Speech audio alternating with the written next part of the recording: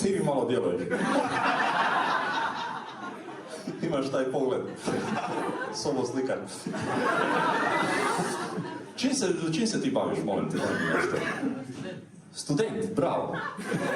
Bravo, može, samo ne da je baš pravi fakultet ili neko bez veze nešto.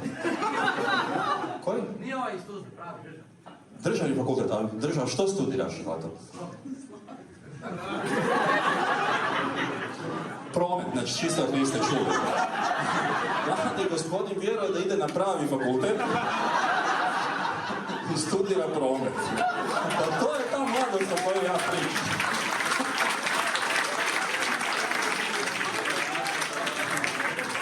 Pa kojim zlom? Ovo je taj promet. To ti nije. Čekaj, možda nije kasno, a koja si godina? Prva godina. Znači, prebaci se odmah. Nigdje se prebaci, znači, ništa.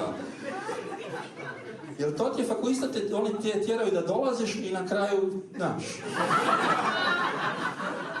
Promet. Zašto si se, molim te, zašto si se odlučio za promet?